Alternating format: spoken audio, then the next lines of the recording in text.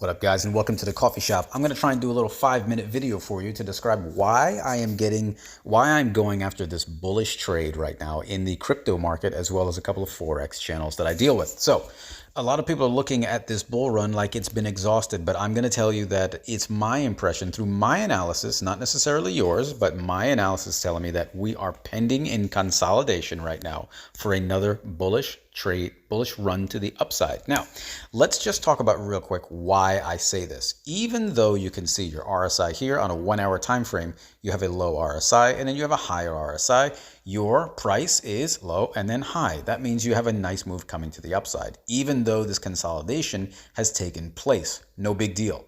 You can see that we already had a nice bull run for a good amount of time. Actually, since about December 30th it took place, and it's been going on since.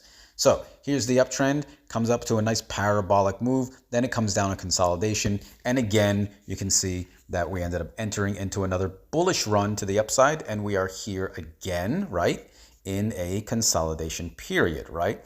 I am entering with a super low stop loss in this consolidation period. It's my impression that these are just pending orders that are going to be going to the upside. Why do I say that? Well, let's take a look at the 4-hour time frame, right? Let's go for the 4-hour time frame, and then I'm going to take a look at this blue line that I have set on my chart. Okay, look at this blue line that I set on my chart. You got it? Now, we are consolidating in that area, and I didn't draw it based on this consolidation period.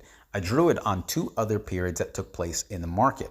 If you look backwards, okay, take a look back, you will see that here, Cardano, for example, came down from a nice cascading form, came down to here, ended up wicking down onto this level, met it as support, came up, came down and hit it again, wicked right into it, met it as support, and it was finally able to break through. Okay, now seems like nothing in particular, but then it did finally break up back through it, made a nice move to the upside, and came right back down to that level again. You can see that right here you have these 2 candles. Okay, price came moving up, hit it, met a lot of resistance right here, had an equal open on the next candle, pushed it right back down.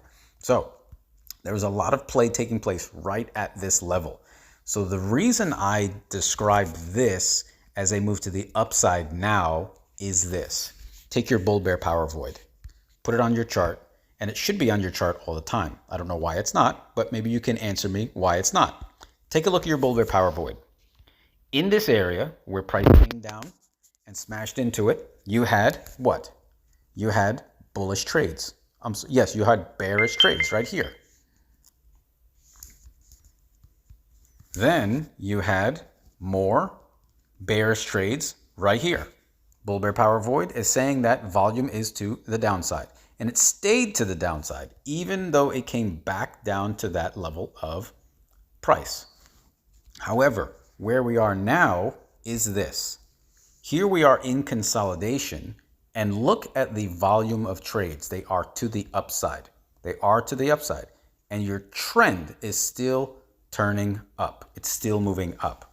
That's telling me that this is just a consolidation area that is going to be moving to the upside once again, and I'm going aggressive on this one. I will be taking a nice long position on this one. I'm putting down just a few dollars to gain a few, and for me, this is going to be a 17% move, which I will watch very emphatically and very closely. So that being said, the reason I'm going to be very careful with this trade is this specifically.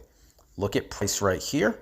It meets a high, and then it meets a higher high. However, on your RSI, it meets a high and a lower high. So until I get a break, an RSI break above this level, above 18 point whatever, until I get an RSI break above that level, I wouldn't expect price to be going up. So if you guys want to take a safer trade, wait for your RSI to come back into roughly the 20 region, and then do your long trade if you like to. For me, I'm going in now using some pocket change, and I'll just hope that it gets up to there.